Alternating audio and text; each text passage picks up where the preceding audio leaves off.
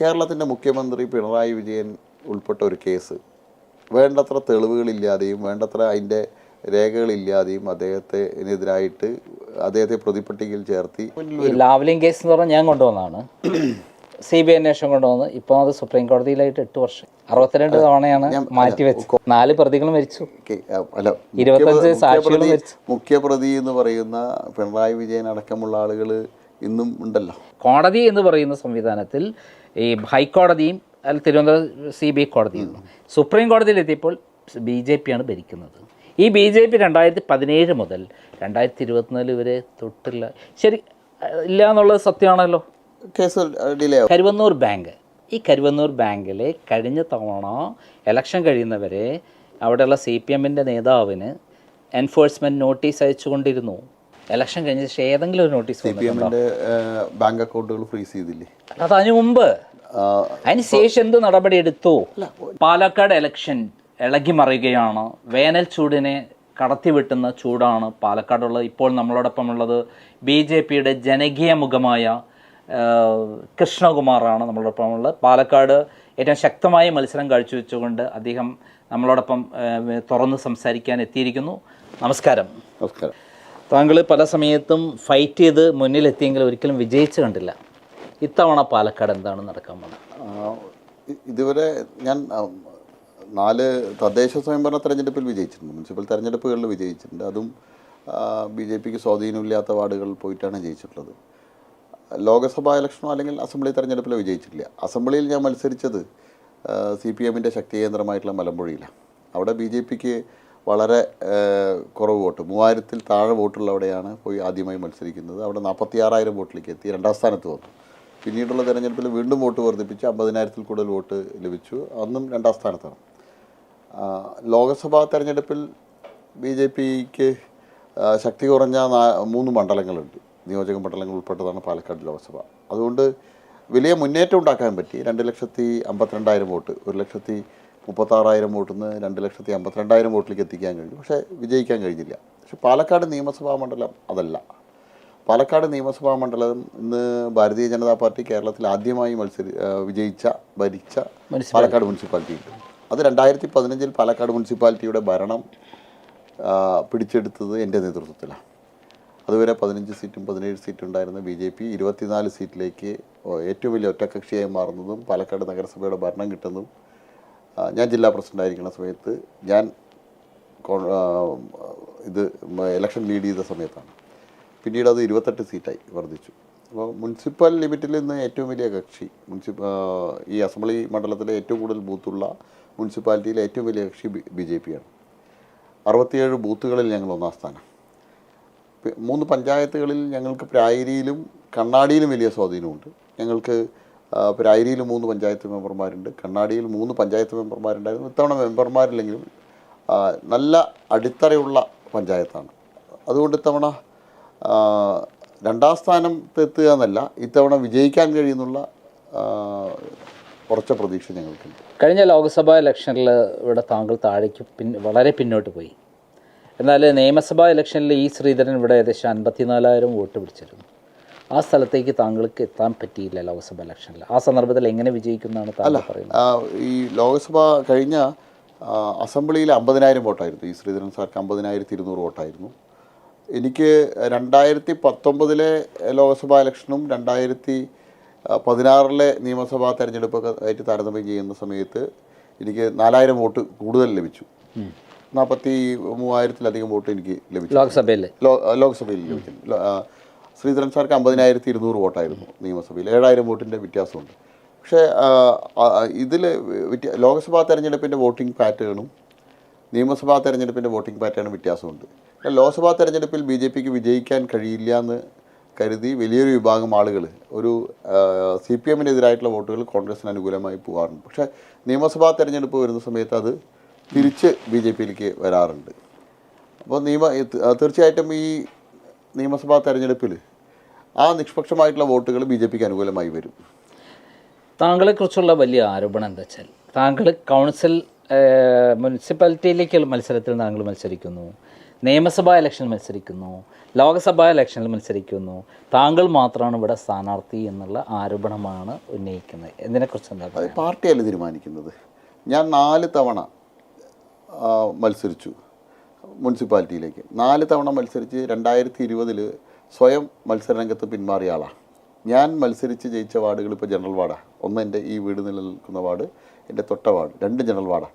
എനിക്ക് വേണമെങ്കിൽ തിരഞ്ഞെടുപ്പിൽ മത്സരിക്കാമായിരുന്നു. പക്ഷേ പുതിയ തലമുറയ്ക്ക് അവസരം നൽകാനാണ് ഞാൻ മാറി നിന്നത്. അസംബ്ലി തെരഞ്ഞെടുപ്പിൽ എന്നെ പാർട്ടിയാണ് നിയോഗിക്കുന്നത് മലമ്പുഴയിൽ.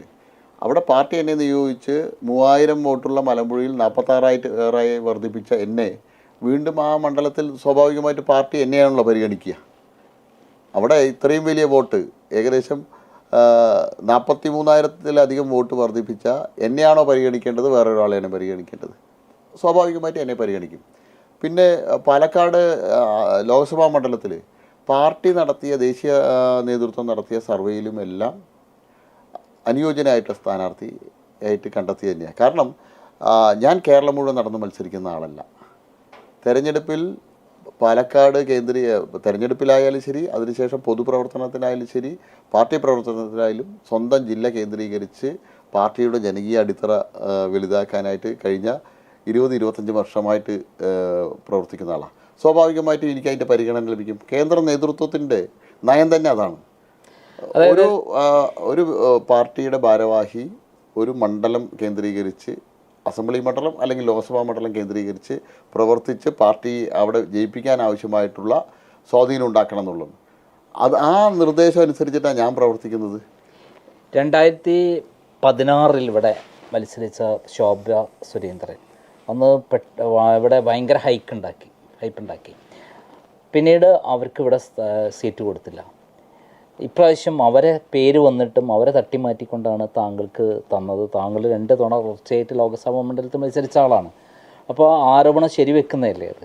അല്ല, അത് ഞാൻ 15 മുതൽ 20 വരെ പാലക്കാട് നഗരസഭയുടെ വൈസ് ചെയർമാൻ എന്നുള്ള നിലയിൽ പാലക്കാട് നിയമസഭാ മണ്ഡലത്തിൽ ഏറ്റവും കൂടുതൽ ബൂത്തുകളും ഏറ്റവും കൂടുതൽ വോട്ടർമാരും ഉള്ള ഒരു പ്രദേശത്ത്, അവിടെ കേന്ദ്ര ഗവൺമെൻറ് അമൃത് പദ്ധതി കൊണ്ടുവന്ന് പ്രധാനമന്ത്രി ആവാസ് യോജന പദ്ധതി പ്രകാരം 2200-ലധികം ആളുകൾക്ക് വീട് കൊടുത്ത്, ഇവിടുത്തെ തെരുവോര കച്ചവടക്കാർക്ക് കേരളത്തിൽ ആദ്യമായിട്ട് ഐഡൻറ്റിറ്റി കാർഡ് കൊടുത്ത്, അവർക്ക് കേന്ദ്ര ഗവൺമെൻറ് തന്നെ സഹായം വാങ്ങിക്കൊടുത്ത്, ഇവിടെ പ്രളയമുണ്ടായ സമയത്തും കോവിഡ് ഉണ്ടായ സമയത്തും സംസ്ഥാന സർക്കാരിൻ്റെ സഹായം പോലും കാത്തിരിക്കാതെ നഗരസഭ കേരളത്തിൽ ആദ്യമായിട്ട് സമൂഹ അടുക്കള തുടങ്ങിയതടക്കം കോവിഡ് കാലത്ത് പാലക്കാട് നഗരസഭയിലാണ്.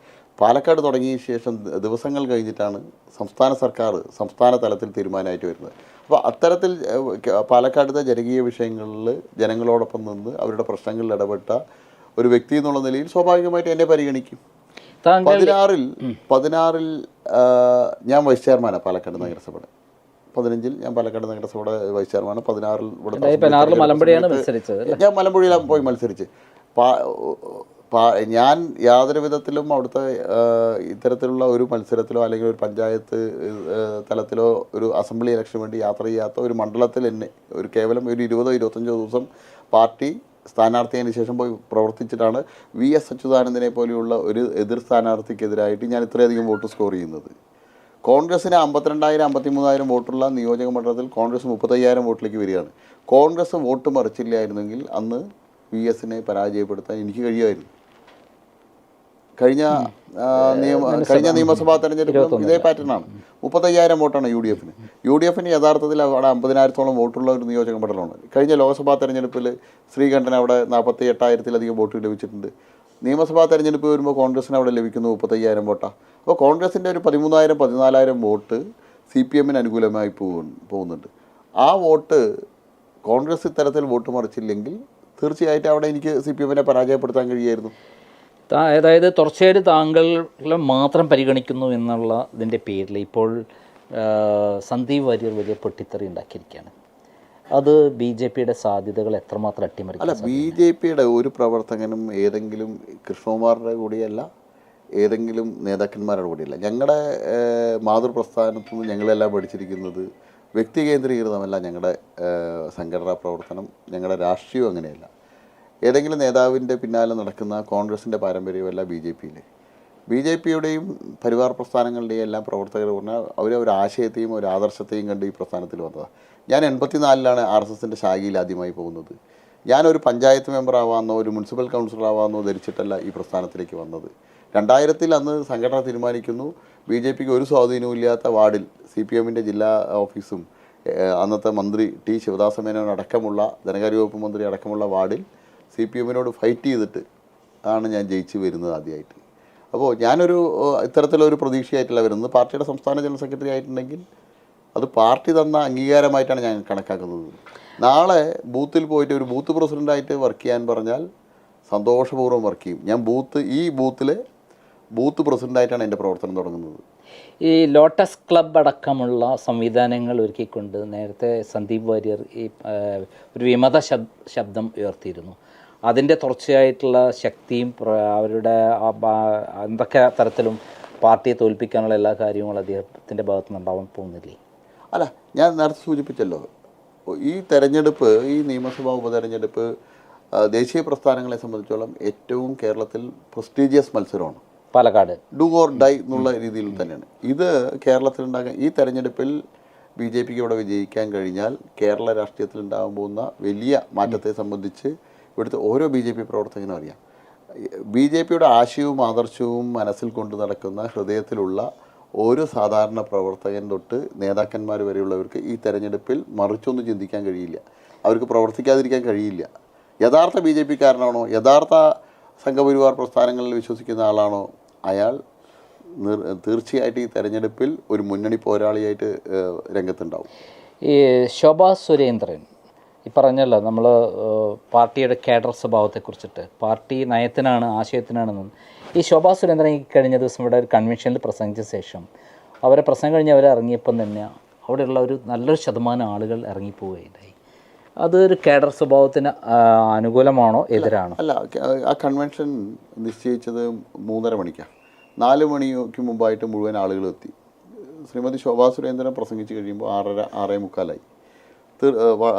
സ്വാഭാവികമായിട്ട് സ്ത്രീകളടക്കമുള്ള ആളുകൾ 2-2.5 മണിക്കൂറോളം ആയിട്ട് കൺവെൻഷൻ ഹാളിലാണ്. സ്വാഭാവികമായിട്ട് അവർ പ്രതീക്ഷിച്ച് വരുന്നത് 1-1.5 മണിക്കൂർ കഴിഞ്ഞാൽ കൺവെൻഷൻ കഴിയും, തിരിച്ചു പോകാമെന്നുള്ളതിലാണ്. അതുകൊണ്ട് പോയ പ്രവർത്തകരാണ്. എല്ലാ രാഷ്ട്രീയ പാർട്ടിയുടെയും മീറ്റിങ്ങുകളിൽ നമ്മൾ പരിശോധിച്ചാൽ അറിയാൻ കഴിയും, 1.5-2 മണിക്കൂർ കഴിഞ്ഞാൽ ഏത് പാർട്ടിയുടെയും യോഗങ്ങളിൽ നിന്ന്, ഒരു പൊതുയോഗങ്ങളിൽ നിന്ന്, പാർട്ടി മീറ്റിങ്ങുകളിൽ നിന്നല്ല, പൊതുയോഗങ്ങളിൽ നിന്ന് ഇത്തരത്തിൽ പ്രവർത്തകർ പോകാറുണ്ട്. അതിൽ ഏതെങ്കിലും ഒരു വ്യക്തി പ്രസംഗിച്ചു കഴിഞ്ഞതുകൊണ്ടോ അല്ലെങ്കിൽ ഏതെങ്കിലും വ്യക്തി പ്രസംഗിക്കാൻ വൈകിയതുകൊണ്ടോ അല്ല, മറിച്ച് അവർ 2-2.5 മണിക്കൂറായിട്ട് യോഗത്തിലിരിക്കുന്നു. BJPയെ സംബന്ധിച്ചോളം ശോഭാ സുരേന്ദ്രനായാലും ശരി, K. സുരേന്ദ്രനായാലും ശരി, അവരെല്ലാം BJPയുടെ നേതാക്കളാണ്. BJPയുടെ സാധാരണ പ്രവർത്തകർക്ക് ആവേശം കൊടുക്കുന്ന ആളുകളാണ്. ഞങ്ങളെല്ലാം യുവമോർച്ചയിൽ ഒന്നിച്ച് പ്രവർത്തിച്ച ആളുകളാണ്. ഇന്നത്തെ സംസ്ഥാന അധ്യക്ഷൻ ശ്രീമതി ശോഭാ സുരേന്ദ്രൻ, MT രമേശ്, അങ്ങനെ നിരവധി BJPയുടെ നേതാക്കൾക്കൊപ്പം യുവമോർച്ചയിൽ ഞാൻ പ്രവർത്തിച്ച ആളാണ്. പെട്ടെന്നൊരു നാൾ BJPയുടെ അസംബ്ലി സ്ഥാനാർത്ഥിയായിട്ടോ അല്ലെങ്കിൽ ലോക്സഭാ സ്ഥാനാർത്ഥിയായിട്ട് വന്നാൽ, ഈ 25-30 വർഷം പാലക്കാട് കേന്ദ്രീകരിച്ച് പ്രവർത്തിച്ച്, താഴെത്തട്ടിൽ പ്രവർത്തിച്ച്, പാർട്ടിക്ക് നൽകിയ സ്ഥാനങ്ങൾ വെച്ച് നേട്ടങ്ങൾ ഉണ്ടാക്കിക്കൊടുത്ത്, പാലക്കാട് ജില്ലയിൽ നിങ്ങൾ ആരോട് വേണമെങ്കിലും ചോദിച്ചോ, BJPയെ ഒരു ജനകീയ പ്രസ്ഥാനമാക്കി മാറ്റിയതിൽ എനിക്കെന്തെങ്കിലും പങ്കുണ്ടോ? അല്ല, തീർച്ചയായും താങ്കളെ എല്ലാ മേഖലയിലുള്ള ആളുകൾ സപ്പോർട്ട് ചെയ്യുന്നുണ്ടെന്നുള്ളത് കാര്യം സത്യം തന്നെയാണ്. പക്ഷേ അത് വിജയിക്കുന്ന തരത്തിലേക്ക് പലപ്പോഴും എത്തിപ്പെടുന്നില്ല എന്നതാണല്ലോ സത്യം. ശ്രീ O. രാജഗോപാൽ എത്ര തെരഞ്ഞെടുപ്പിൽ മത്സരിച്ച ശേഷം ജയിച്ചിരിക്കുന്നത്?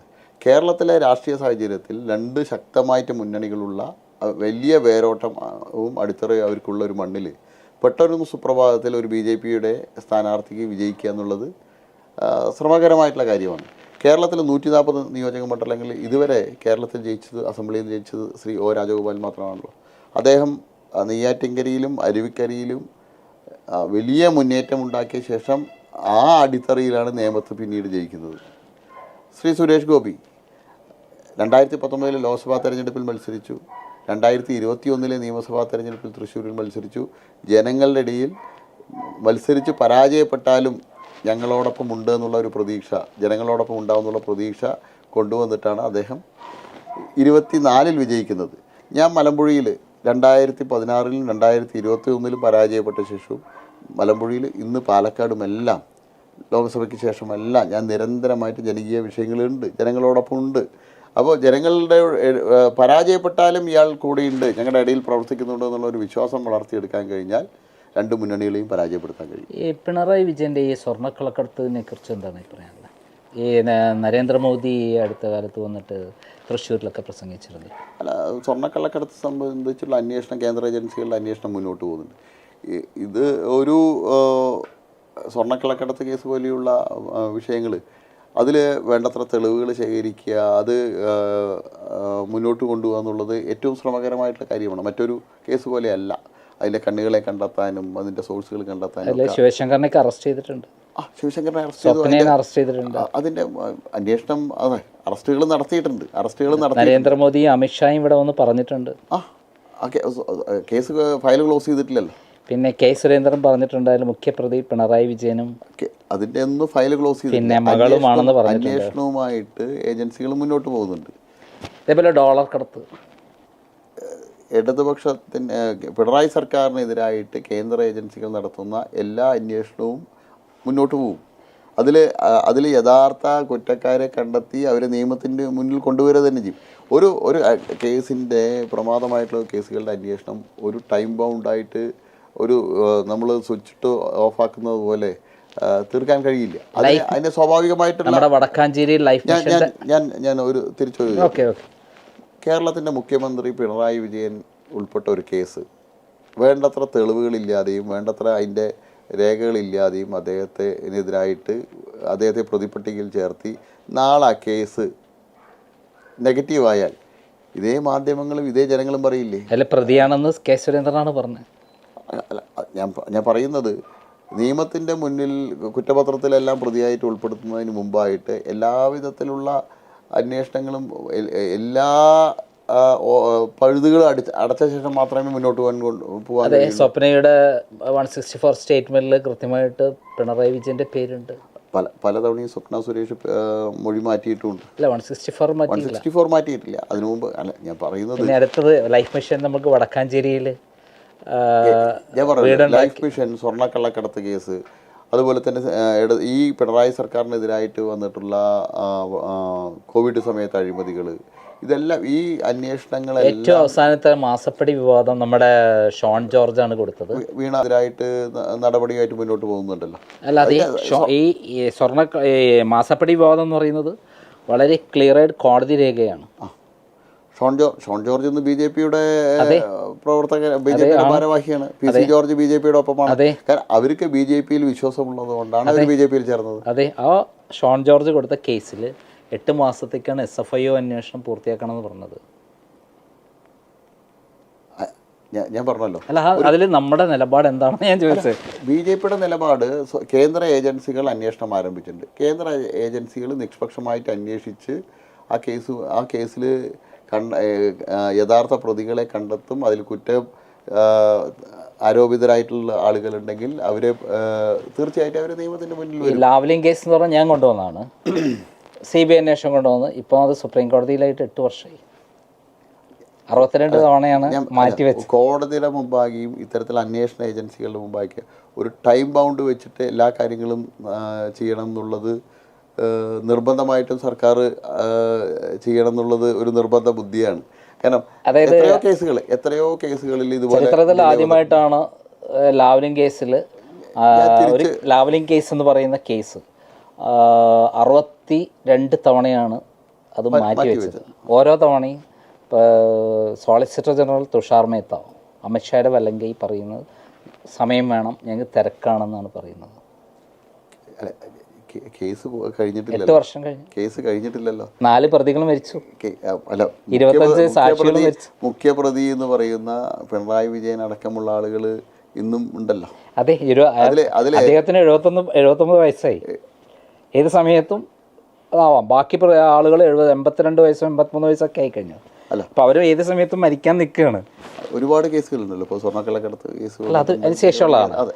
ഇത് 2017 സുപ്രീം കോടതിയിൽ വന്ന കേസിൽ കേന്ദ്ര അതായത് സോളിസിറ്റർ ജനറൽ തുഷാർ മേത്ത ഓരോ തവണയും പോയി പറയുന്നത് ഞങ്ങൾക്ക് സമയമില്ല, ഇവിടെ കേരളത്തിൽ കേസുണ്ട്, അല്ലെങ്കിൽ ഒറീസയിൽ കേസുണ്ട്, അല്ലെങ്കിൽ ഗുജറാത്തിൽ കേസുണ്ട്, ഞാൻ മാറ്റി വെക്കണം എന്നാണ്.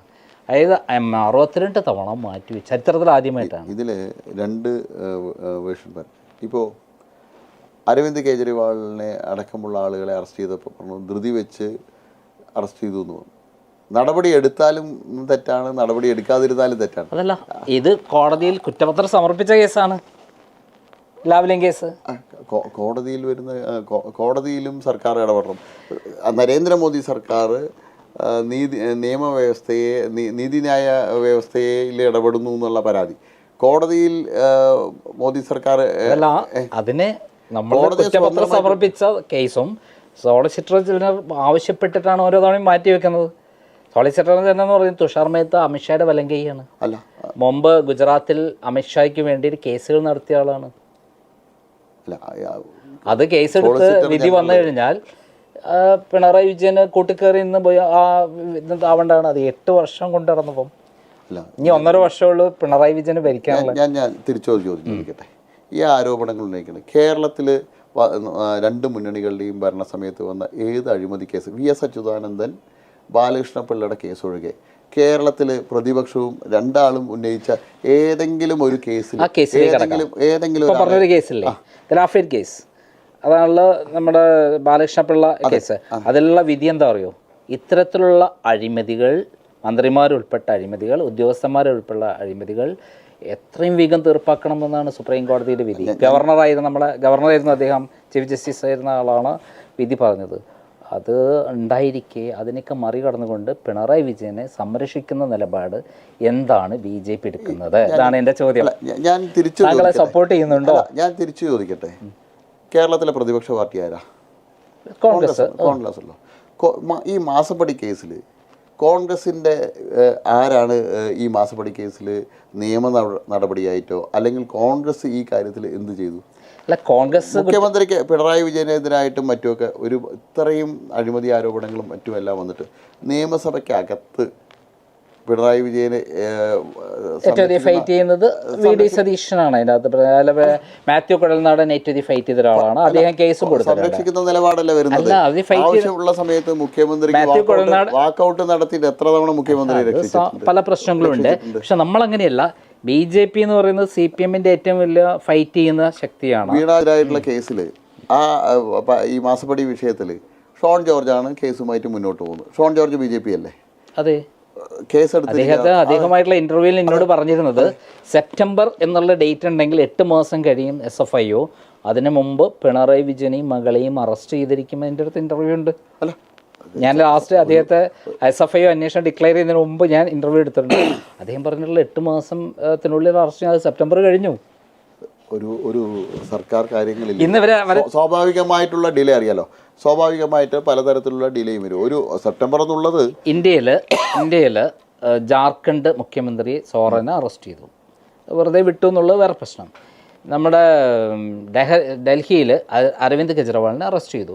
ധൃതി പിടിച്ച് ചെയ്യണമെന്നല്ല, നമ്മൾ മാസങ്ങളും കൊല്ലങ്ങളും കഴിഞ്ഞിട്ട് ഇന്നേ വരെ പിണറായി വിജയനെ ചോദ്യം ചെയ്യുകയോ മകളെ ഈ SFIOയുടെ അന്വേഷണത്തിൽ ചോദ്യം ചെയ്തു എന്നുള്ളത് വേറൊരു കാര്യത്തിലും ഇതുവരെ ചോദ്യം ചെയ്തിട്ടില്ല, അന്വേഷിച്ചിട്ടില്ല.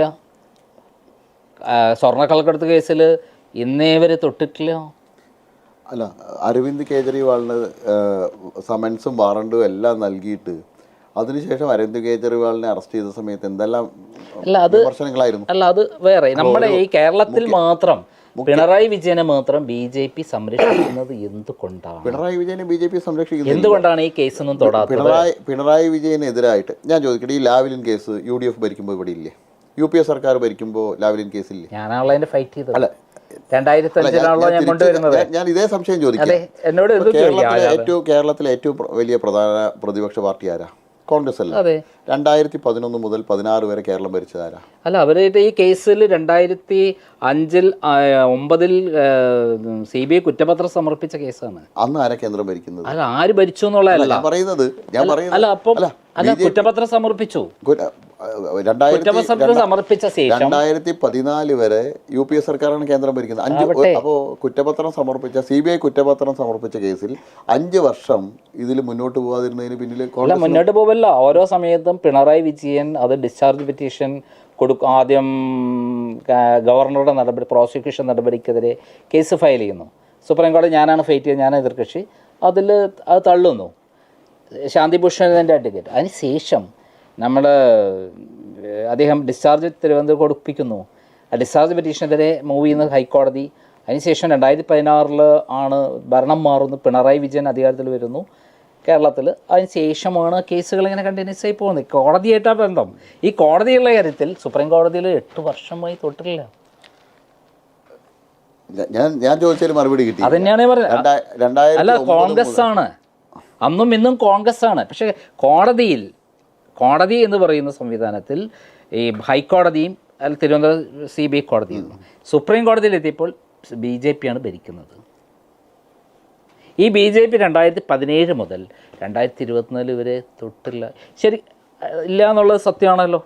കേസ് ഡിലേ ആവും. അതായത് ഈ കേരളത്തിൽ BJP വളരാത്തതിന് കാരണം ഈ പിണറായി വിജയനുമായിട്ട് ഇങ്ങനെ ധാരണ ഉണ്ടാക്കുന്നത് കൊണ്ടല്ലേ? പിണറായി വിജയനായിട്ട് ധാരണയുണ്ടെങ്കിൽ മാസപ്പടി കേസിൽ കേന്ദ്ര ഏജൻസികൾ അന്വേഷിക്കാൻ വരും. എന്താ പിടിക്കാത്ത സ്വർണ്ണക്കള്ളക്കടത്ത് കേസിൽ ചോദിക്കുന്നത്, സ്വർണ്ണക്കള്ളക്കടത്ത് കേസിൽ കേന്ദ്ര ഏജൻസികളുടെ പിണറായി വിജയൻ ചോദ്യം ചെയ്യാത്ത കേന്ദ്ര ഏജൻസികളുടെ അന്വേഷണം വരണം. ഒരു സംസ്ഥാനം ഭരിക്കുന്ന ഒരു മുഖ്യമന്ത്രി, അതും കേരളത്തിലെ ഏറ്റവും പ്രബലമായിട്ടുള്ള ഒരു രാഷ്ട്രീയ പാർട്ടിയുടെ ഒരു നേതാവിനെ ഒരു സുപ്രഭാതത്തിൽ പ്രതിയാക്കി അറസ്റ്റ് ചെയ്യാന്ന് പറഞ്ഞാൽ അല്ല, ശിവശങ്കർ അറസ്റ്റിലായി ജയിലിൽ കിടന്നു. മുഖ്യമന്ത്രിയുടെ ശിവശങ്കർ ജയിലായി അറസ്റ്റ് കിടന്നു, സ്വപ്ന ജയിലിൽ കിടന്നു. അതേ പീരീഡിൽ അതേപോലെ അന്വേഷണം നടത്തേണ്ട ആളാണ് പിണറായി വിജയൻ. അദ്ദേഹത്തിൻ്റെ മകൾ, ഇവരെ ചോദ്യം ചെയ്തിട്ടില്ലൊന്നും. SFI അടുത്ത കാലത്ത് അവിടെ ചോദിച്ചു എന്നല്ലാത്ത നടപടിയൊന്നും ഉണ്ടായില്ല. അതും 8 മാസം അന്വേഷണം, 8 മാസത്തെ അന്വേഷണം ശേഷമാണ്. അല്ല, ഞാൻ ചോദിക്കുന്നത്, ഒരു കേസ് ചാർജ് ചെയ്താൽ 24 മണിക്കൂറിൽ ചോദ്യം ചെയ്യലും അറസ്റ്റ് ചെയ്യലും എല്ലാം നടക്കുന്നുണ്ടോ? അതിന് സ്വാഭാവികമായിട്ടുള്ള ഡിലേ വന്നു പറഞ്ഞിട്ട് അന്വേഷണം നിർത്തിവെച്ചു, അല്ലെങ്കിൽ അത് ധാരണയാണെന്ന് പറയാൻ കഴിയും. അവിടെയാണ് എൻ്റെ ചോദ്യം. BJP എന്തിനാണ് പിണറായി വിജയനെ സംരക്ഷിക്കുന്നത്? BJP സംരക്ഷിക്കുന്നുണ്ടെങ്കിൽ ഞാൻ തിരിച്ചു ചോദിക്കട്ടെ, BJP അങ്ങനെ പിണറായി വിജയനെ സംരക്ഷിക്കുകയാണെങ്കിൽ ഈ കേസുകളിലൊന്നും കേന്ദ്ര ഏജൻസികളുടെ അന്വേഷണം തന്നെ നടത്തേണ്ടതില്ലല്ലോ. അല്ല, അന്വേഷണം പിണറായി വിജയനെതിരെ മാത്രമില്ല. ഈ മാസപ്പടി കേസും സ്വർണ്ണക്കള്ളക്കടത്ത് കേസും എല്ലാം കേന്ദ്ര ഏജൻസികളാണല്ലോ അന്വേഷിക്കുന്നത്. അതെ, ലൈഫ് മിഷൻ കേസും കേന്ദ്ര ഏജൻസികളാണ് അന്വേഷിക്കുന്നത്. അതില് ഈ ഡയറക്റ്റ് ഇൻവോൾവ്മെന്റ് ഉള്ള ആളുകൾക്കെതിരെ എല്ലാം നടപടി വന്നില്ലേ? ആർക്കെതിരെ ഡയറക്റ്റ് ഇൻവോൾവ്? അതില് കണക്റ്റഡ് ആയിട്ട് ലൈഫ് മിഷന്റെ കേസിൽ അല്ല, അതില് കണക്റ്റഡ് ആയിട്ട് ലൈഫ് മിഷന്റെ കാര്യത്തിൽ റെഡ് ക്രസന്റ് എന്ന് പറയുന്ന സംഘടന ഇവിടേക്ക് അയച്ച ഫണ്ട് യൂണിടെക് എന്ന് പറയുന്ന സ്ഥാപനത്തിലേക്ക് മാറ്റാൻ വേണ്ടി ആരാണ് തീരുമാനിച്ചത്? മുഖ്യമന്ത്രിയുടെ ഓഫീസല്ല, മുഖ്യമന്ത്രി ചെയർമാനായ ലൈഫ് മിഷന്റെ ചെയർമാനായിക്കൊണ്ടുള്ള കമ്മിറ്റിയാണ്. ആരാ ഉത്തരവാദി അന്നേരം? ഇപ്പൊ മുഖ്യമന്ത്രിയാണ്. ഈ മുഖ്യമന്ത്രിയെ മുഖ്യമന്ത്രി ചെയർമാനായിട്ടുള്ള കമ്മിറ്റി, അപ്പോൾ മുഖ്യമന്ത്രിയാണ് തീരുമാനിക്കുന്നത് പ്രൈവറ്റ് പാർട്ടിക്ക് കൊടുക്കാൻ വേണ്ടിയിട്ട്. അതായത് നമ്മൾ ഫോറിൻ കോൺട്രിബ്യൂഷൻ റെഗുലേഷൻ ആക്ട് പ്രകാരം വിദേശത്ത് നിന്ന് ഇങ്ങോട്ട് വരേണ്ട ഫണ്ട് സ്വകാര്യ ഏജൻസിക്ക് വരാൻ പാടില്ല എന്നിരിക്കെ ലൈഫ് മിഷന് വരുന്ന ഫണ്ട് സ്വകാര്യ ഏജൻസിയിലേക്ക് മാറ്റി. അതാണുള്ള കേസ്, FCRA ലംഘനം. ആ കേസിൽ പിണറായി വിജയൻ ഇന്നവരെ ചോദ്യം ചെയ്തിട്ടില്ല.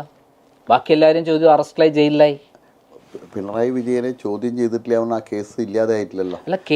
അല്ല, ഞാൻ പറയുന്നത് ഡിലേ അല്ലേ വന്നിട്ടുള്ളൂ. എത്ര കാലം ഡിലേ അല്ലേ വന്നിട്ടുള്ളൂ? എത്ര കാലം? അയാൾ ഭരിക്കുന്ന കാലത്തോളം പോവുകയാണ്. അയാൾ മരിക്കുന്ന ഇനി 79 വയസ്സായി. അതെങ്ങനെ പറയാ? പിണറായി വിജയൻ 100 വയസ്സ് വരെ ഒരു കേസിൽ BJP ഇന്ന് വരെ അദ്ദേഹത്തെ ചോദ്യം ചെയ്യുകയോ അദ്ദേഹത്തിന് നടപടി എടുക്കുകയോ ചെയ്യാത്തതല്ലേ BJPയോട് വളരാത്തതിന് കാരണം? ഞാൻ തിരിച്ചതേ ചോദ്യം. ലാവ്ലിൻ കേസ് കേരളത്തിൽ എന്നാ ഉണ്ടാകുന്നത്? പിണറായി വിജയൻ വിദ്യുച്ഛക്തി വകുപ്പ് മന്ത്രിയായിരിക്കുമ്പോഴാണ്. 96-98 കാലത്താണ്. BJP കേന്ദ്രത്തിൽ അധികാരത്തിൽ വരുന്നത് എപ്പോഴാണ്? 2014 വരുന്നത്. 96 മുതൽ 18 വർഷക്കാലം ഡിലേ വരുത്തിയതാണ്. അവിടെയാണ് നമ്മൾ മനസ്സിലാക്കേണ്ടത്. ഈ കേസ് ഞാൻ ആണ് പുറത്തു കൊണ്ടുവരുന്നത്. 2005 കേരളത്തിൽ അതിൽ പറയാം. 2005 ഫെബ്രുവരി മാസത്തിൽ ക്രൈമാണ് ഇത് പുറത്തു കൊണ്ടുവരുന്നത്. അതിന് മുമ്പ് പുറത്തു വന്ന ഈ പിണറായി വിജയനെ പറ്റിയിട്ടുള്ള കിട്ടാത്തതുകൊണ്ട് ഞാൻ പബ്ലിഷ് ചെയ്തില്ല. പബ്ലിഷ് ചെയ്ത സമയത്ത് ഞാൻ CBI അന്വേഷണത്തിന് കൊടുക്കുന്നു, ഗവൺമെൻറ്റും തയ്യാറാവുന്നു. ആ തയ്യാറായ ശേഷം അവർ അന്വേഷണം ഏറ്റെടുക്കുന്നു. 2009 2007 CBI ഏറ്റെടുക്കുന്നു. CBI 29 കൃത്യമായി അന്വേഷണം നടത്തിയിട്ടുണ്ട്. ഞാൻ അതിൻ്റെ അകത്ത് ഇതാണല്ലോ. 2009 CBI കുറ്റപത്രം സമർപ്പിക്കുന്നു. അതിന് ശേഷം കോടതിയിലുള്ള ഫൈറ്റാണ് നടക്കുന്നത്. ഞാനാണ് എതിർകക്ഷിയിൽ പോയത്. അതിൽ അവസാനം ഡൽഹിയിലെത്തിയോട് കൂടിയിട്ട് സുപ്രീം കോടതി എത്തിയോട് സോളിസിറ്റർ ജനറലാണ്. 8 വർഷമായി. അപ്പോൾ ഈ ഇതിൽ ഞാൻ പറഞ്ഞു വരുന്നത്, കേരളത്തിൽ BJP 2021-20ലാണല്ലോ നമ്മളെ സ്വർണ്ണക്കള്ളക്കടത്തുണ്ടാവുന്നത്. അന്ന് പിണറായി വിജയനെ അറസ്റ്റ് ചെയ്തിരുന്നെങ്കിൽ, അതിലുൾപ്പെട്ട ആളെ ചോദ്യം ചെയ്യുകയോ എന്തെങ്കിലും ചെയ്തിരുന്നെങ്കിൽ BJP കേരളത്തിൽ ഏറ്റവും വലിയ ശക്തിയാകുമായിരുന്നില്ലേ? കഴിഞ്ഞ ലോക്സഭാ തെരഞ്ഞെടുപ്പിൽ BJPക്ക് മുന്നേറ്റം ഉണ്ടാക്കാൻ വേണ്ടി ഏതെങ്കിലും ഒരു വ്യക്തിക്കെതിരായിട്ടുള്ള കേസ് അല്ലെങ്കിൽ ഒരു കേസിനെ സംബന്ധിച്ച് മാത്രമല്ലല്ലോ ഒരു രാഷ്ട്രീയ പാർട്ടി വളരുന്നത്. കഴിഞ്ഞ തവണ ലോക്സഭ എടുക്കാം. കഴിഞ്ഞ തവണ സുരേഷ് ഗോപി വൻ മുന്നേറ്റം ഉണ്ടാക്കി. പുതിയ സ്ഥാനാർത്ഥി അല്ലേ, BJPയുടെ അല്ലാത്ത പുതിയ ആൾ വന്നിട്ട് അയാളതായ ഒരു വ്യക്തിത്വം കൊണ്ട് ഭയങ്കര മുന്നേറ്റം ഉണ്ടാക്കി. അല്ല ഞാൻ അവിടെ BJPക്ക് കഴിഞ്ഞ നിയമസഭാ അവിടെ ഒരു ചോദ്യം ചോദിക്കാം.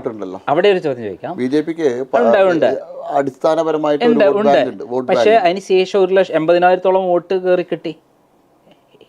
1,18,000 വോട്ട് കയറി കിട്ടി. വോട്ടർ പട്ടികയിൽ 65,000-ഓളം വോട്ട് ചേർത്ത്. അതെ ഉണ്ട്. 1,18,000-ഓളം വോട്ട് അദ്ദേഹത്തിന് കൂടി.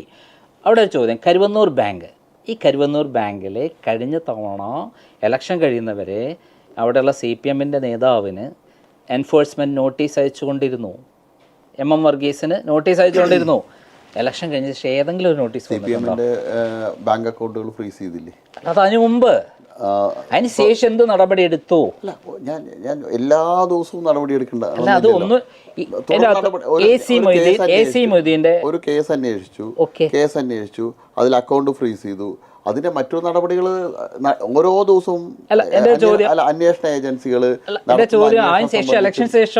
സംബന്ധിച്ച് എല്ലാ ദിവസവും ആളുകളെ അറസ്റ്റ് ചെയ്യണം, എല്ലാ ദിവസവും സ്വത്ത് കെട്ടണം പറഞ്ഞതില്ലല്ലോ.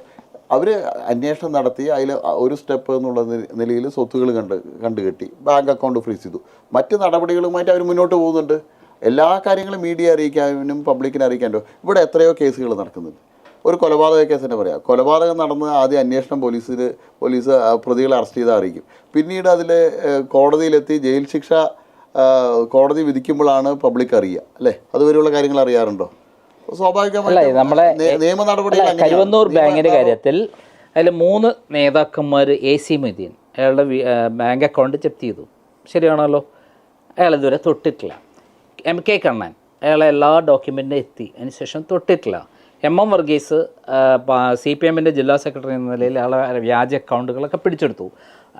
ആ ഇലക്ഷൻ വരെ എല്ലാം ഉണ്ടായി, നോട്ടീസ് എല്ലാം കിട്ടി. അതിന് ശേഷം നടപടിയില്ല, നോട്ടീസും ഇല്ല, ഒന്നുമില്ല.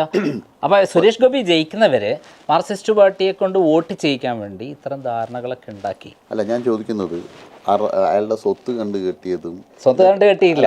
ബാങ്ക് അക്കൗണ്ട് 50 ലക്ഷം അതാക്കി, അത്ര മാത്രം. അപ്പൊ അയാൾ പ്രതിയാക്കിയില്ല. പ്രതിയായതുകൊണ്ടാണല്ലോ ബാങ്ക് അക്കൗണ്ട് ഇതാക്കിയത്. പക്ഷെ അയാളെ പ്രതിയല്ല, അയാളെ അറസ്റ്റ് ചെയ്തിട്ടില്ല. ഞാൻ ചോദിക്കുന്നത്, ഒരാളെ പ്രതിപട്ടികയിൽ ഉൾപ്പെട്ട അടുത്ത ദിവസം അറസ്റ്റ് ചെയ്യണം. മാസങ്ങൾ കഴിഞ്ഞു. അടുത്ത ദിവസം ആ കേസിന്റെ അന്വേഷണം ഇപ്പോഴും നടന്നുകൊണ്ടിരിക്കുന്നു. ഈ കേസുകളെല്ലാം തന്നെ ഇങ്ങനെ നടന്നുകൊണ്ടിരിക്കുന്നു. BJP കേരളത്തിൽ ചോദിക്കട്ടെ, ടൈം ഫ്രെയിം വെച്ചിട്ട് ഒരു കേസ് അന്വേഷണം നടക്കാറുണ്ടോ? ടൈം ഫ്രെയിം വേണ്ട, നടക്കാറുണ്ട്. പക്ഷെ കണ്ടിന്യൂസ് ആണ്, നടക്കുന്നുണ്ടല്ലോ. ഞാൻ ചോദിക്കട്ടെ, കേസ് അന്വേഷണം 1 ഇഞ്ച് പോലും അതിനുശേഷം മുന്നോട്ട് പോയിട്ടില്ല എന്ന് അതിനെന്തെങ്കിലും രേഖകളുണ്ടോ? ഒന്നും അതിനുശേഷം നടന്നില്ല. വാക്കുകൊണ്ട് പറയണം, വാക്കുകൊണ്ടല്ല, അല്ലാതെ ഏത് കാര്യമാണ് നടന്നത്? ഏത് അതിനുശേഷം ഒരു തരത്തിലുള്ള അന്വേഷണ ഏജൻസികൾ ഒരാളെയും ചോദ്യം ചെയ്തിട്ടില്ല, അല്ലെങ്കിൽ ഒരു അടി പോലും മുന്നോട്ട് പോയിട്ടില്ല എന്നുള്ളതിൽ എന്താ രേഖയുള്ളത്? നമ്മള് പബ്ലിക്കായിട്ടുള്ള, ഞാൻ ഇടപെട്ട ലാവലിംഗ് കേസ് എനിക്ക് അറിയാവുന്ന കാര്യമാണ്. ഈ കേസിൽ ഇടപെട്ടില്ല. അല്ല, ആ കേസിൽ ഇതിൽ ഗസ് വർക്ക് അല്ല, അന്ന് മുതൽ ഞാൻ ഇടപെടുന്ന ഒരാളാണ്. അല്ല, ഇതിൽ ഗസ് ചെയ്ത് പറയണതല്ല. അല്ല, ഏജൻസികൾ അല്ല, ഇതിന്റെ അകത്ത് ഏറ്റവും തെളിവ് എന്ന് പറയുന്ന ഇവരെ ആരും തൊടാൻ പോയിട്ടില്ല. ഒരു എക്സാമ്പിൾ, ഇതിൽ വിജിലൻസ് അന്വേഷണം ഏറ്റെടുക്കുന്നു. വിജിലൻസ് അതിൽ ബന്ധപ്പെട്ട ഒരു ഉദ്യോഗസ്ഥരെ ചോദ്യം ചെയ്യുന്നു. അത് കഴിഞ്ഞിട്ട് വിജിലൻസ് അവരുടേതായിട്ടുള്ള ഇന്റേണൽ ആയിട്ടുള്ള കാര്യങ്ങളും അന്വേഷണങ്ങളും മറ്റുമായിട്ടൊക്കെ മുന്നോട്ട് പോകും. എല്ലാ ദിവസവും ആ ഉദ്യോഗസ്ഥനെ ഓഫീസിൽ വിളിച്ചിരുത്തി ചോദ്യം ചെയ്യില്ലല്ലോ. അതിനർത്ഥം ആ ഉദ്യോഗസ്ഥ ആ കേസ് നിർത്തിവെച്ചു എന്നാണോ? അല്ലല്ലോ. അല്ല, നിർത്തിവെച്ചിട്ടില്ല. അന്വേഷണ ഏജൻസികൾക്ക് അവരുടേതായിട്ടുള്ള അന്വേഷണങ്ങൾ നടത്താനും കൂടുതൽ തെളിവ് കണ്ടെത്താനും ഇവിടെയുള്ള ഏറ്റവും വലിയ ആരോപണം എന്താണ്? CPM-ഉം BJP-യും തമ്മിലുള്ള ഈ തരത്തിലുള്ള കേസുകൾ വെച്ച് വോട്ട് മറിക്കുന്നു എന്നുള്ളത് ആരാണ്? അതാണ് പാലക്കാടിലേക്ക് ഇപ്പോൾ വന്നിരിക്കുന്നത്. BJP-യും CPM എന്നുള്ള ധാരണ പാലക്കാടും വരുന്നു. അതിലെ 10,000-ഓളം വോട്ടുകൾ BJP-ക്ക് അനുകൂലമായി ചെയ്യാൻ പോണോ എന്നുള്ളതാണ് പുറത്തു വരുന്ന വിവരം. ഞാൻ കണക്ക് തിരിച്ചു പറഞ്ഞു തരട്ടെ. കഴിഞ്ഞ തെരഞ്ഞെടുപ്പിൽ എങ്ങനെയാണ് ജയിച്ചതെന്നുള്ളത് CPM-ന്റെ കാൻഡിഡേറ്റ്, ഇപ്പോഴത്തെ കാൻഡിഡേറ്റ് പറഞ്ഞല്ലോ, സരീൻ പറഞ്ഞല്ലോ. ഷാഫി എങ്ങനെയാണ് ജയിച്ചതെന്ന് പറഞ്ഞു. സരീൻ ഇപ്പോൾ എതിരാളി ആയല്ലോ. CPM-ന്റെ വോട്ട് മറിച്ചു കൊടുത്തു എന്നാണ് പറഞ്ഞത്. 4,000-ഓളം വോട്ട് മറിച്ചു കൊടുത്തു. സരീൻ ഇപ്പൊ ഇടതുപക്ഷത്തിന്റെ സ്ഥാനം, അതെ, സ്വന്തം പാർട്ടിയുടെ വോട്ട് ഷാഫിക്ക് മറിച്ചു കൊടുത്തു എന്നാണ് ഇപ്പൊ സരീൻ പറയുന്നത്. സ്വന്തം മുന്നണിയുടെ AK ബാലൻ അത് ശരിവെച്ചില്ലേ? AK ബാലൻ എന്താ പറഞ്ഞത്? ശരിയാണെന്നല്ല പറഞ്ഞത്. ശരിയല്ല. CPM-ന്റെ ജില്ലാ സെക്രട്ടറി പറഞ്ഞോ? CPM-ന്റെ ഏരിയ സെക്രട്ടറി പറഞ്ഞോ? ആരെങ്കിലും പറഞ്ഞോ? ആരും പറഞ്ഞില്ലല്ലോ. ഷംസീർ നിയമസഭയിൽ ഷാഫിയോട് പറഞ്ഞു, ഞങ്ങളുടെ ഔദാര്യത്തിൽ അവിടെ ഇരിക്കുന്നത് പറഞ്ഞു. മറുപടി പറഞ്ഞു ഷാഫി. കഴിഞ്ഞ നിയമസഭാ തെരഞ്ഞെടുപ്പ് കഴിഞ്ഞിട്ട് അന്നത്തെ CPM-ന്റെ അണികളുടെ സോഷ്യൽ മീഡിയ പോസ്റ്റ് കണ്ടു. അന്ന് AK ബാലൻ നടത്തിയ പ്രസ്താവന എടുത്ത് നോക്കണം. ഞങ്ങളുടെ ഷാഫിയുടെ വിജയത്തെ സന്തോഷിച്ചുകൊണ്ടുള്ള ആശംസകൾ അറിയിച്ചിട്ടുള്ള പോസ്റ്റുകളാണ്. അപ്പോൾ വോട്ട് മുറിക്കുന്ന CPM-ഉം കോൺഗ്രസും തമ്മില. 2019 MP രാജേഷ് പരാജയപ്പെട്ടു. ഇവിടെ MP രാജേഷ് പരാജയപ്പെട്ട് അന്വേഷണ കമ്മിറ്റിയെ വെച്ചു CPM. എന്താ കണ്ടെത്തിയത്? PK ശശി അടക്കമുള്ള CPM-ന്റെ ഒരു വിഭാഗം നേതാക്കൾ ശ്രീകണ്ഠന് അനുകൂലമായിട്ട് മണ്ണാർക്കാട് ഏരിയ കമ്മിറ്റിയും കോങ്ങാടും ഷൊർണൂരും വോട്ട് കൈമാറിയതിൻ്റെ അടിസ്ഥാനത്തിലാണ് തോറ്റെന്ന്. ഈ 24ത്തെ ലോക്സഭാ തെരഞ്ഞെടുപ്പ് CPM-ന്റെ ജില്ലാ സെക്രട്ടറി തെരഞ്ഞെടുപ്പിന് ശേഷം അദ്ദേഹം പറഞ്ഞതെന്താ? ഞങ്ങളുടെ 50,000-ൽ-അധികം വോട്ടുകൾ ചോർന്നു. ഞങ്ങളുടെ വോട്ട് വർദ്ധിക്കുകയാണ് ചെയ്തത്. ഞങ്ങൾക്ക് 2.18 ഉണ്ടായിരുന്നത് ഞങ്ങൾ 2.52-ലേക്ക് വരികയാണ് ചെയ്തത്. CPM-ന് 50,000 വോട്ട് കുറയുകയും ചെയ്തു. ഞങ്ങൾക്ക് 35,000 വോട്ട് വർദ്ധിക്കുകയും ചെയ്തു. ഞാനൊരു ചോദ്യം ചോദിക്കട്ടെ. കൃത്യമായിട്ട് ഈ കാര്യത്തിലൊക്കെ നടപടി ഉണ്ടായിരുന്നെങ്കിൽ BJP ഇവിടെ ശക്തമായി മുന്നേറ്റം കാണിക്കുമായിരുന്നില്ലേ? ഈ പിണറായി വിജയൻ എന്ന് പറയുന്ന ഇത്തരത്തിലുള്ള എല്ലാ കേസുകളും ഉൾപ്പെട്ട മോദി അടക്കം പറയുന്ന, അമിത്ഷാ അടക്കം പറയുന്ന, K. സുരേന്ദ്രൻ പറയുന്ന ഈ കാര്യങ്ങളെല്ലാം ശക്തമായി നടപടി ഉണ്ടാവുകയും പിണറായി വിജയനെ കൃത്യമായി നിയമപ്രകാരം അറസ്റ്റ് ചെയ്യുകയോ നടപടി സ്വീകരിക്കുകയോ ചെയ്താൽ ഇവിടെ BJP വളരുമായിരുന്നില്ലേ? അല്ല, BJP നരേന്ദ്രമോദി സർക്കാർ നടത്തുന്ന അന്വേഷണങ്ങളിൽ കേരളത്തിലെ ജനങ്ങൾക്ക് വിശ്വാസമുണ്ട്. അതുകൊണ്ടാണല്ലോ സ്വർണ്ണക്കള്ളക്കടത്ത്, അതുപോലെ തന്നെ ലൈഫ് മിഷൻ കേസൊക്കെ എപ്പോഴാണ് നടന്നത്? ലൈഫ് മിഷൻ വർഷങ്ങൾ കഴിഞ്ഞു. 2020 പ്രളയകാലത്തുള്ള സംഭവമാണല്ലോ. 2018 പ്രളയമാണ്. 6 വർഷം കഴിഞ്ഞു. അതെ, ഞാൻ ചോദിക്കുന്നത്, അങ്ങനെ വിശ്വാസമില്ലെങ്കിൽ മോദിയിലും മോദി സർക്കാരിൻ്റെ അന്വേഷണ ഏജൻസികൾ നടത്തുന്ന അന്വേഷണത്തിലും കേരളത്തിലെ ജനങ്ങൾക്ക് വിശ്വാസമില്ലെങ്കിൽ കേരളത്തിലെ ജനങ്ങൾ കഴിഞ്ഞ ലോക്സഭാ തെരഞ്ഞെടുപ്പിൽ സുരേഷ് ഗോപിയെ വിജയിപ്പിക്കില്ലല്ലോ. വിജയിപ്പിക്കില്ലല്ലോ. തിരുവനന്തപുരത്തും ആറ്റിങ്ങലിലും 1% വോട്ടിനാണ് ഞങ്ങൾ പരാജയപ്പെട്ടത്. 20% വോട്ട്, 15% 20%, 5% വോട്ട് കേരളത്തിലെ NDAക്ക് വർദ്ധിച്ചു.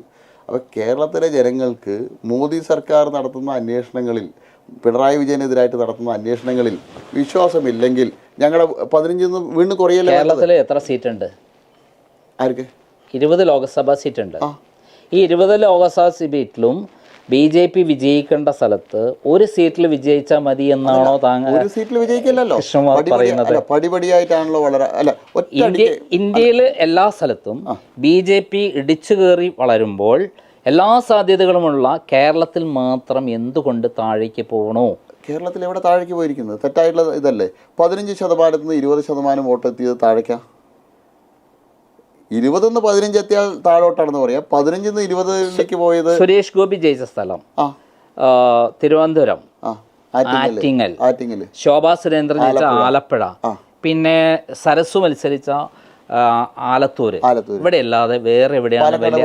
പാലക്കാട് ചുരുങ്ങിയ അതിന്റെ പെർസെന്റേജേ വന്നിട്ടുള്ളൂ. 35,000 വോട്ട് കൂടി 25% വോട്ടിലേക്ക് എത്തി. അതെ, BJPയുടെ മറ്റുള്ള സ്ഥലത്തുണ്ടായ വളർച്ച പാലക്കാട് ഉണ്ടായില്ല. അല്ല, മറ്റ് ആലത്തൂർ കഴിഞ്ഞ തവണ BDJS സ്ഥാനാർത്ഥി, താമരയല്ല ചിഹ്നം. താമര ചിഹ്നം വരുന്ന സമയത്ത് സ്വാഭാവികമായിട്ടും വോട്ടിൽ വർധനവ് ഉണ്ടാവും. താമര വരുന്ന സമയത്ത് ജനങ്ങൾക്ക് ഇടയിൽ ബി ജെ പിയുടെ അനുഭാവികളായിട്ടുള്ള ആളുകൾ, അത്തരം ആളുകളുടെ വോട്ട് കൂടുതലായി കിട്ടും. BDJS മത്സരിച്ച മണ്ഡലങ്ങളൊഴികെ ബാക്കി എല്ലാ മണ്ഡലങ്ങളിലും ഇത്തവണ വലിയ മുന്നേറ്റം ഉണ്ടാക്കാൻ കഴിഞ്ഞിട്ടുണ്ട്. കാരണം ചിഹ്നം മാറുന്നത് സംബന്ധിച്ച്, ചിഹ്നം പരിചയമില്ലാത്ത ചിഹ്നം വരുന്ന സമയത്ത് വോട്ട് കുറയുന്നുണ്ട്. ബാക്കി ഏത് ലോക്സഭാ മണ്ഡലത്തിൽ, അതായത് താങ്കളെ പോലെ വ്യക്തിപരമായി ജനങ്ങളുമായി ബന്ധമുള്ള സ്ഥാനാർത്ഥികൾക്കല്ലാതെ BJPക്ക് അല്ലാതൊരു വോട്ട് ശതമാനം കേരളത്തിൽ കഴിഞ്ഞ തവണ ഉണ്ടായിട്ടില്ല.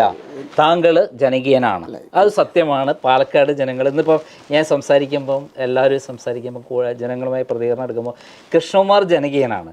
കൃഷ്ണകുമാർ ജനങ്ങളുമായി അടുത്ത ബന്ധമാണ്. കൃഷ്ണകുമാർ മുസ്ലിങ്ങളായിട്ട് നല്ല ബന്ധമാണ്. എല്ലാവരുമായിട്ടും നല്ല ഒരു സൗഹൃദം, നല്ല രീതിയിൽ പെരുമാറുന്ന ആളാണെന്നുള്ള ഒരു സത്യമാണ്.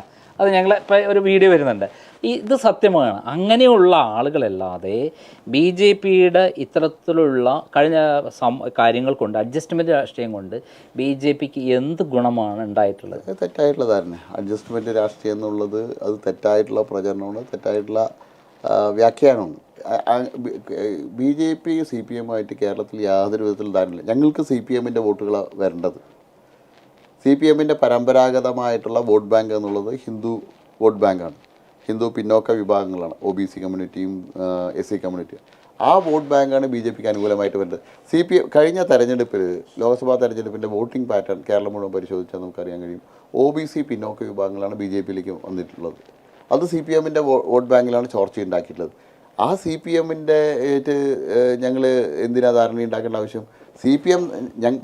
CPM-ൻ്റെ തളർച്ച കേരളത്തിൽ ഏറ്റവും അധികം ഗുണം ചെയ്യുക BJPക്കാണ്. കാരണം സ്വാഭാവികമായിട്ട് CPM-ൻ്റെ അണികൾ വരാൻ ആഗ്രഹിക്കുന്നത് BJPയിലേക്കാണ്. അങ്ങനെയാണെങ്കിൽ പിണറായി വിജയനെയും അതുപോലുള്ള സംഘങ്ങളെ അറസ്റ്റ് ചെയ്താൽ CPM ആകെ തകർന്നു പോവില്ലേ? എന്തുകൊണ്ടാണ് നടപടി എടുക്കാത്തത്? വർഷങ്ങൾ കഴിഞ്ഞിട്ടും, എൻ്റെ കാലാവധി കഴിഞ്ഞിട്ടും. ഒരു സുപ്രഭാതത്തിൽ എല്ലാം നടക്കണമെന്ന് ഇതേ ആളുകൾ, ഇതേ മീഡിയ ഒരു കാര്യം കൂടി, പിണറായി വിജയനെ ഒരു സുപ്രഭാതത്തിൽ അറസ്റ്റ് ചെയ്തു. ആ അറസ്റ്റ് ചെയ്ത് ജാമ്യം കിട്ടിയാൽ പറയും കേസ് അന്വേഷണത്തിൽ വന്ന പാകപ്പിഴ, അല്ലെങ്കിൽ കേസ് അന്വേഷണം വേണ്ടത്ര രീതിയിൽ നടത്തിയില്ല, കുറ്റപത്രം സമർപ്പിച്ചതിൽ അപാകത. എല്ലാ പഴുതുകളും അടച്ചിട്ടുള്ള ഒരു അന്വേഷണമാണോ ആവശ്യം? അതോ തൽക്കാലം മീഡിയയിൽ നടന്നേക്കാം ഒന്നോ രണ്ടോ ദിവസങ്ങളിൽ മീഡിയയിൽ വാർത്ത വരാനുള്ള? നമ്മൾ അതിൻ്റെ കൺക്ലൂഷനിലേക്ക് പോകാം. അതായത് നമ്മൾക്ക് കഴിഞ്ഞ തവണ നിയമസഭാ ഇലക്ഷൻ 67 സീറ്റുകളിൽ BJP RSSും LDFന് വോട്ട് ചെയ്തു എന്ന് പറഞ്ഞത് BJPയുടെ RSSൻ്റെ പ്രമുഖ നേതാവ് തന്നെയാണ്, ഓർഗനൈസർ പത്രത്തിൻ്റെ എഡിറ്റർ തന്നെയാണ്. 2021 വേറെ ആരുമല്ല. 2021 തെരഞ്ഞെടുപ്പിൽ കേരളത്തിലുണ്ടായിട്ടുള്ള സാഹചര്യം അറിയാം.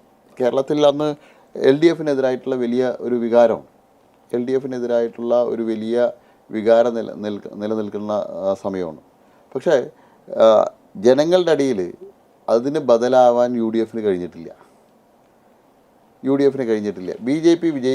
ജയിക്കാൻ BJPക്ക് കഴിയുന്നുള്ളൊരു പ്രതീക്ഷ മുഴുവൻ ആളുകൾക്കും ഇല്ല. BJP വിജയിക്കുന്ന പ്രതീക്ഷയുള്ള മണ്ഡലങ്ങളിൽ BJP വലിയ മുന്നേറ്റം നടത്തിയിട്ടുണ്ട്. കേരളത്തിലെ 7 നിയമസഭാ മണ്ഡലങ്ങളിൽ ഞങ്ങൾ 2ാം സ്ഥാനത്തെത്തി. പിണറായി സർക്കാരിനെതിരായിട്ട് 19 ലോക്സഭാ തെരഞ്ഞെടുപ്പിലുണ്ടായിരുന്ന ആ വികാരം, ശബരിമല പ്രക്ഷോഭവും മറ്റുമൊക്കെ ഉണ്ടായിരുന്ന ലോക്സഭാ ഇലക്ഷൻ സമയത്ത് ഉണ്ടായിരുന്നുള്ള ആൻറ്റി ഒരു കമ്മ്യൂണിസ്റ്റ് ഇത്, അല്ലെങ്കിൽ LDF വേവ് 21 നിയമസഭാ തെരഞ്ഞെടുപ്പിലില്ല. അവർ 20 തദ്ദേശ സ്വയംഭരണ തെരഞ്ഞെടുപ്പും പിന്നീട് വന്ന് 21 നിയമസഭാ തെരഞ്ഞെടുപ്പ് സമയത്ത് അതില്ല. കാരണം തെരഞ്ഞെടുപ്പിന് മുമ്പായിട്ട് അവർ ജനങ്ങൾക്കായിട്ട് ചെയ്ത ചെറിയ കിറ്റും അത്തരത്തിലുള്ള ചെറിയ ചെറിയ ഫ്രീബീസ് ജനങ്ങളെ സ്വാധീനിച്ചിരുന്നു, സാധാരണക്കാരെ ആളുകളെ സ്വാധീനിച്ചിരുന്നു. അത് സ്വാഭാവികമായിട്ടും അവർക്ക് അനുകൂലമായിട്ട് വന്നു. ഈ രാഷ്ട്രീയത്തിനപ്പുറത്തേക്ക് താങ്കൾ പാലക്കാട് ഇത്ര ജനകീയനായതിൻ്റെ കാരണം എന്താണ്? രാഷ്ട്രീയം BJPൻ്റെ ആളാണ്, അല്ലാതെ താങ്കൾ വലിയൊരു ജനകീയനാണെന്നാണ് ഞങ്ങളൊക്കെ സർവേ നടത്തിയപ്പം 2 ദിവസമായിട്ട് കിട്ടിയ വിവരങ്ങൾ വളരെ ഡെപ്ത് വരെ പോയപ്പോൾ താങ്കളെക്കുറിച്ച് നല്ല അഭിപ്രായമാണ്. താങ്കൾ എങ്ങനെയാണ് ഇത്ര ജനകീയനായത്? അല്ല, ഞാൻ ജനിച്ചു വളർന്ന നാട്, ഞാൻ ഇവിടുത്തെ സാധാരണക്കാരായ ആളുകളുടെ പ്രശ്നങ്ങളിൽ ഇടപെടുന്ന ആളാണ്. അവർക്ക് എന്നെ എപ്പോൾ കാണാനും എന്നോട് പ്രശ്നങ്ങൾ പറയാനും അതിന് പരിഹാരം, ഭൂരിപക്ഷം പ്രശ്നങ്ങൾക്ക് എനിക്ക് പരിഹാരം ഉണ്ടാക്കി കൊടുക്കാൻ കഴിയാറുണ്ട്. അങ്ങനെ അവരെ വിശ്വാസ്യത ഞാൻ നേടിയെടുത്തു. ഏതൊരാൾക്കും താങ്കളടുത്ത് നേരിട്ട് വന്ന് അതെ, ഞാൻ രാഷ്ട്രീയമോ ജാതിയോ മതമോ നോക്കാറില്ല. ഏത് വിഭാഗത്തിൽപ്പെട്ട ആളുകൾ വന്നാലും മുസ്ലിങ്ങൾ പോലും താങ്കളെ ഭയങ്കര താല്പര്യമാണ്. 65% മുസ്ലിം വോട്ടുള്ള വാർഡുകളിൽ നിന്ന് ഞാൻ ജയിച്ച ആളാണ്. അപ്പോൾ അവർക്ക് എന്നിൽ വിശ്വാസമുണ്ട്. പിന്നീട് ഞാൻ വേറെ വാർഡുകളിൽ മത്സരിക്കുന്ന സമയത്ത് അവിടുത്തെ പള്ളി കമ്മിറ്റി പ്രസിഡൻറ്റും സെക്രട്ടറി അടക്കമുള്ള ആളുകൾ എനിക്ക് വേണ്ടിയിട്ട് ക്യാമ്പയിന് വരാറുണ്ട്. അവർ പാർട്ടിയല്ല നോക്കുന്നത്, വ്യക്തിപരമായിട്ട് എനിക്ക് ക്യാമ്പയിൻ ചെയ്യാറുണ്ട്. ഇത്തവണ എത്ര വോട്ടിന് താങ്കൾ വിജയിക്കുമെന്നാണ് പ്രതീക്ഷിക്കുന്നത്?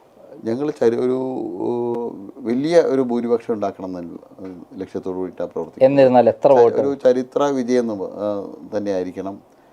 കഴിഞ്ഞ പ്രാവശ്യം 50,000 വോട്ടാണ് നേടിയിരുന്നത്. ഇത്തവണ എത്ര വോട്ട്? ഇത്തവണ ഞങ്ങൾ ഒരു 10,000 വോട്ടിനെങ്കിലും ജയിക്കണം എന്നുള്ള ലക്ഷ്യത്തിലാണ് വർക്ക് ചെയ്യുന്നത്. സന്ദീപ് വാര്യർ പോയത് കൊണ്ടോ അല്ലെ സന്ദീപ് വാര്യർ അട്ടിമറിക്കാൻ ശ്രമിച്ചത് കൊണ്ടോ ഒന്നും നമുക്ക് യാതൊരു പ്രശ്നം ഉണ്ടാവില്ല എന്നാണ് പറയുന്നത്. BJPയുടെ ഞാൻ നേരത്തെ സൂചിപ്പിച്ചല്ലോ, ഒരു പ്രവർത്തകനും ഏതെങ്കിലും നേതാവിൻ്റെ പിന്നിലല്ല. ഈ പാർട്ടിയുടെ ആശയവും ആദർശവും കൊണ്ട് പ്രവർത്തിക്കുന്ന ആളുകളാണ്. അപ്പോൾ ഈ താമര ചിഹ്നത്തിൽ വോട്ട് ചെയ്യുന്ന ആളുകൾ, പ്രത്യേകിച്ച് പാലക്കാട് നിയോജക മണ്ഡലത്തിലെ പ്രവർത്തകരെന്ന് പറഞ്ഞാൽ സംഘത്തിൻ്റെ ആദ്യകാല പ്രവർത്തനം 42-ൽ പ്രവർത്തനം തുടങ്ങിയ ഒരു സ്ഥലമാണ് പാലക്കാട്. ഒരുപാട് ബലിദാനികളുള്ള മണ്ണാണ്. കണ്ണൂർ ജില്ലയ്ക്ക് സമാനമായിട്ടുള്ള രീതിയിൽ നിരവധി ബലിദാനികളുള്ള മണ്ണാണ്. ഏറ്റവും അവസാനം PFIക്കാർ കൊലപ്പെടുത്തിയ ശ്രീനിവാസൻ, ശ്രീ സഞ്ജിത്ത്, അത്തരത്തിലുള്ള തീവ്രവാദ ആക്രമണത്തിൽ ജീവൻ നഷ്ടപ്പെട്ട ആളുകളുണ്ട്. അവരുടെ അത്തരം ബലിദാനികളുള്ള ഒരു മണ്ണിൽ ഏത് ദേശീയ പ്രസ്ഥാനത്തിൻ്റെ പ്രവർത്തകനാണ് മറിച്ച് മറ്റൊരു രാഷ്ട്രീയ പാർട്ടിക്ക് വോട്ട് ചെയ്യാൻ തോന്നുക? ഒരു പ്രവർത്തകൻ ഈ സംഘടനയുടെ ആത്മാർത്ഥതയും കൂറുള്ള ഒരാൾക്കും ചെയ്യാൻ കഴിയില്ല. അടുത്ത കേരളത്തിലെ BJPയുടെ പ്രസിഡൻ്റായി താങ്കളെയാണ് ചൂണ്ടിക്കാണിക്കുന്നത് എന്നാണ് പുറത്തു വരുന്ന വിവരങ്ങൾ. അത് എത്രമാത്രം ശരിയാണ്? BJPയിൽ നിരവധി നേതാക്കന്മാർ, കഴിവുറ്റ നേതാക്കന്മാരുണ്ട്. പാർട്ടിയുടെ ദേശീയ നേതൃത്വമാണ് ആരാണ് സംസ്ഥാന അധ്യക്ഷൻ ആവാൻ യോഗ്യം എന്നുള്ളത് കണ്ടെത്തി അവരെ നിയോഗിക്കുന്നത് അവരാണ്. ഈ പാർട്ടിയിലേക്ക് വരുന്ന സമയത്ത് ഞാനൊരു നഗരസഭാ കൗൺസിലർ ആവാമെന്നോ അല്ലെങ്കിൽ പാർട്ടിയുടെ ജില്ലാ പ്രസിഡന്റ് ആവാമെന്നോ അല്ലെങ്കിൽ സംസ്ഥാന ജനറൽ സെക്രട്ടറി ആവാമെന്നോ പ്രതീക്ഷിച്ചിട്ട് വന്ന ആളല്ല. ഒരു സാധാരണ പ്രവർത്തകനായിട്ട് ബൂത്തിൽ പ്രവർത്തിച്ച ആളാണ്. പാർട്ടി എൻ്റെ പ്രവർത്തനത്തെ അംഗീകരിച്ച് തന്ന അംഗീകാരമാണ് പാർട്ടിയുടെ വിവിധ പോസ്റ്റുകൾ എനിക്ക് ലഭിച്ചത്. ഇന്ന് സംസ്ഥാന ജനറൽ സെക്രട്ടറി ആയതും എനിക്ക് തന്ന പോസ്റ്റിൽ ഞാൻ പെർഫോം ചെയ്തതിൻ്റെ അടിസ്ഥാനത്തിൽ. അപ്പോൾ പെർഫോമൻസിൻ്റെ അടിസ്ഥാനത്തിൽ പാർട്ടി ഏത് ചുമതല തന്നാലും നാളെ പാർട്ടി പറയണം ബൂത്തിൽ പ്രസിഡൻ്റായിട്ട് വീണ്ടും വർക്ക് ചെയ്യണം പറഞ്ഞാൽ ആ പോസ്റ്റിൽ വർക്ക് ചെയ്യും. ഓക്കെ, താങ്കൾക്ക് എല്ലാ വിജയാശംസകളും നേരുന്നു. വൻ വിജയം നേടട്ടെ എന്ന് ആശംസിക്കുന്നു. നന്ദി, നമസ്കാരം.